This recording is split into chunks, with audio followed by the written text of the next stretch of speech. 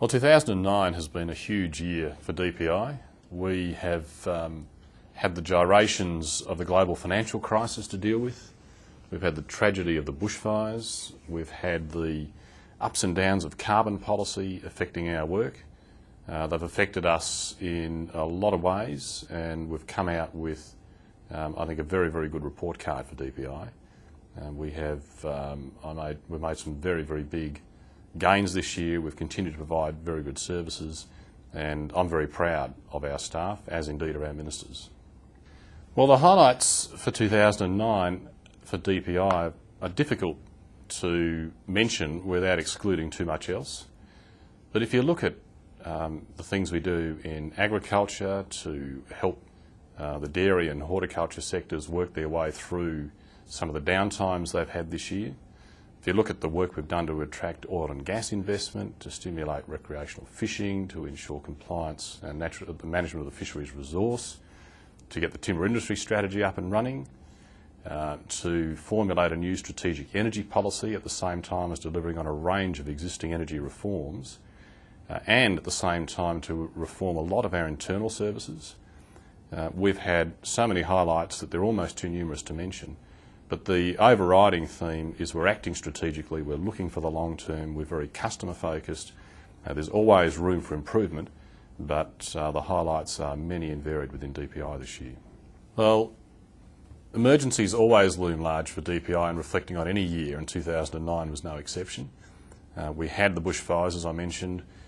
We've had energy supply emergencies to deal with. We've had the potato cyst nematode to deal with, and of course we even had floods at Spring Street just to round the year out. And in all of those, we have showed how adept we are at dealing with some quite difficult emergency situations. That is only going to get more challenging as the years unfold, and certainly we are asking people again to review and be prepared for emergencies that will occur in 2010.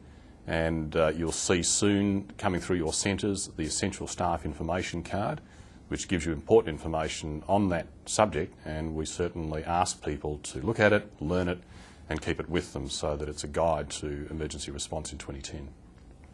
Well, my last thought about reflecting on 2009 is that 2010 is going to be a big year too. If we're lucky, and we hope to be lucky, we will not have the tragedy of 2009 to deal with, but we will certainly have some big ticket items that will affect a lot of our work. Internal change will continue. We have, just to pluck a particular subject out of the air, the Murray-Darling Basin Plan will be a big debate with lots of implications for DPI in 2010. And of course it's an election year both federally and at the state level, and we will see the current uncertainty about carbon policy play out, and again that will have a great impact on the context within which we operate.